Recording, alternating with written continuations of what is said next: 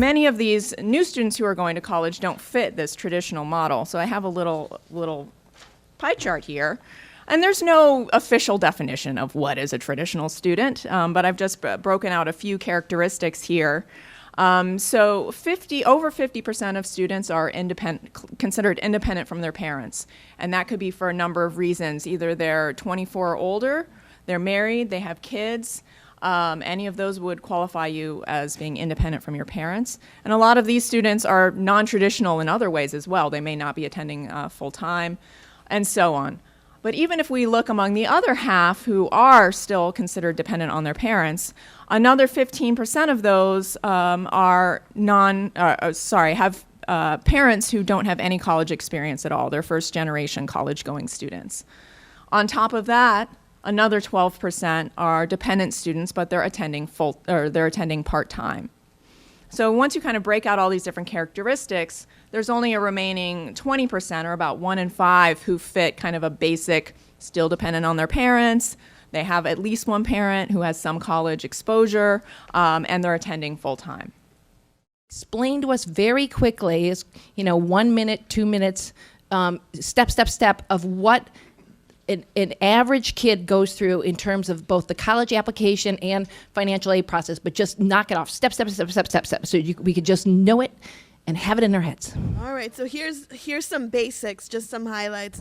You're going to start with finding the right college match, and with the mindset of paying for college, you want to make sure that this list of schools that you end up with, that the student ends up with, has a nice mix of schools, right? And in New York City, that means that they have public institutions like CUNY schools and SUNY schools, and also that they have private schools. That way that at the end, when they have their list of schools that have accepted them, they have a nice little list of prices to choose from, right? Then once they've at the same time as they're doing their applications, they're going to file for financial aid. And the basic steps for that is you're going to fill out the FAFSA, which we heard about.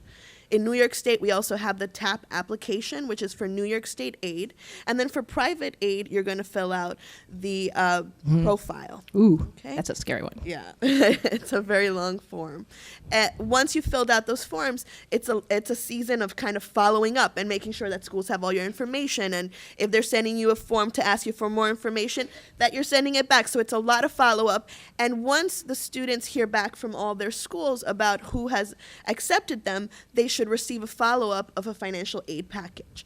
And that financial aid package, hopefully they get one from each school. There may be some follow-up with schools for that, to make sure that they have this financial aid package. Once they do, they're going to really analyze these packages, make sure they know what their price is at each school, and then include that as part of their decision-making process for choosing their final school. And once they've done that, there's more stuff to do. They're going to apply for their loans, all the follow-up work to actually enrolling in college. A lot of students come in, their parents are undocumented. They feel that they can't get financial aid. But as long as they are documented, they can get financial aid. It's a big thing with us. Right. So there's a feeling, first of all, there's two groups of kids who have parents who are undocumented, and then there's obviously kids who are undocumented themselves. And you're saying that kids with undocumented parents feel that they can't get financial aid? Exactly. Which is untrue. They can get financial aid.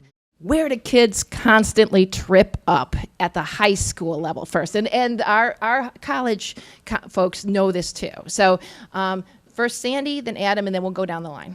I think give us 2 or 3 of your favorites. Yeah. There's a lot of my favorites. There's a lot of places you can trip up. One is which parent goes on the FAFSA. That's huge. And then also along with that, who is my parent? I live with my grandma. Does she go on the FAFSA? So who is my parent?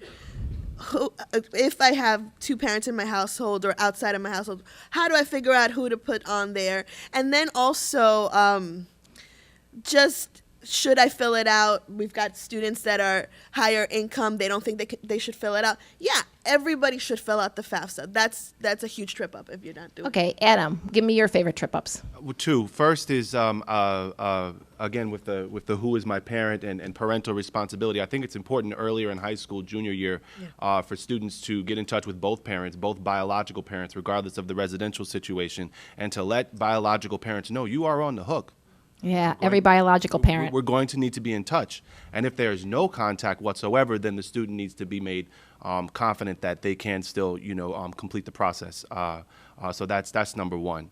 You have to start early. You can't reestablish, Hey, Dad, haven't seen you in 20 years, but you need to pay for my college. on short notice, number one. Number two, the different colleges have different what they call financial aid filing deadlines. So that This would is be huge. for a senior, and that would be what's going on right about now. Some of the really eager colleges have January 15th. Many have February 1st, then February 15th, March 1st, March 15th. They go through the spring. And if you miss a financial aid filing deadline for any college, students don't understand that that's another way that you can indicate that you're serious about your application to that institution. People feel like they've got their application in January 1st, breathe a sigh of relief. No way. You've got to stay on top of the financial aid filing deadlines because as soon as those deadlines pass, the colleges begin to award money. And when the money has all been awarded, there's no more for you. Juliet, you're a financial aid counselor at SUNY, which is cheaper than the private colleges, but getting more expensive every year and maybe getting out of reach of working class students. Is that true? You sort of explain that. And then what happens when your students find out that the college is too expensive for them? Well, that is absolutely true. So the average cost of a SUNY four-year school is about $22,700, the total cost of attendance. And if a student is getting full TAP, and if a student is getting a full Pell Grant, they're going to get about $10,645. So that leaves $11,000. TAP is the New York State one. Yes. So they're going to have to take out, the reality is even a student with a zero EFC at a SUNY school is going to have to take out student loans. And A they zero need to- FC is earned family Expected family family income, and That that's means what the they're FAFSA from the calculates. lowest income of students, they're still going to be expected to take out a student loan, and students are going to need to know what that means. Interestingly, I learned from Judy and from Bridget, you and others write that we don't really have the debt problem, the student loan debt problem that the media says we do. Explain that, Judy. Well, if you look at, first of all, about 2/3 of college graduates, BA, people who get a bachelor's degree, about 2/3 of them take student loans. So 1/3 don't have any loans at all. Of the 2/3 that do, the average is about $25,000, which if you have a bachelor's degree, is actually quite a reasonable amount to be able to repay over your career. A lot of the students who default on their loans are defaulting on pretty low loan amounts. It's not necessarily the students who have $25,000 in loans that are defaulting. They might be defaulting on a $5,000 loan. So the way I think about student loans is that we've got a problem with student loans. We have a number of problems with student loans, but it's not the problem that we think we have. It's not that we have $1 trillion in student loans. That's, on its own, that number is meaningless. That number you hear thrown about in the media a lot. We've got $1 trillion, it's more than credit card debt. A lot of that is because we have a lot of kids going to college. Which is good.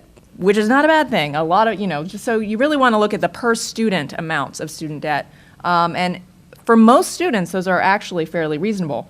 We do have a problem with repayment in that most students default into this standard repayment program, which expects them to be able to repay their loans within 10 years, just at the point in their career when things are the most up in the air, the most shaky, the most volatile. And yes, there are protections for students who are unemployed or who have an income that's lower than they were hoping and expecting. But it's complicated. It's just another layer of complexity. How do they find out what their options are? Who do they go to for help? How do they enroll in one of these other extended programs or income-based repayment programs, which are quite generous? In fact, the income-based repayment program, which limits monthly payments to a proportion of your income. And a lot of students just don't know that those options are there. Right, And and they get into trouble. And once you get into trouble, your options get shrunk way back. Undocumented students. Julietta, what are we doing about those kids?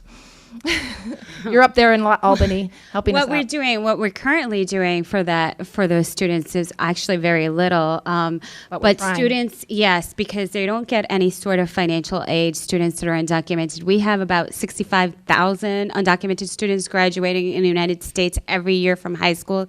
About 4,500 come from New York State. and we really have no assistance for them. President Obama allowed students to get DACA, which was undocumented students would allowed to stay in the country and not be deported, and they would get working papers so they can work legally. But a lot of people assumed or thought that this was also giving the student some type of financial aid, and it doesn't give the student any financial aid at all. The only advice that we could give students right now is go to community college because it's the most affordable, and work while you're going to school.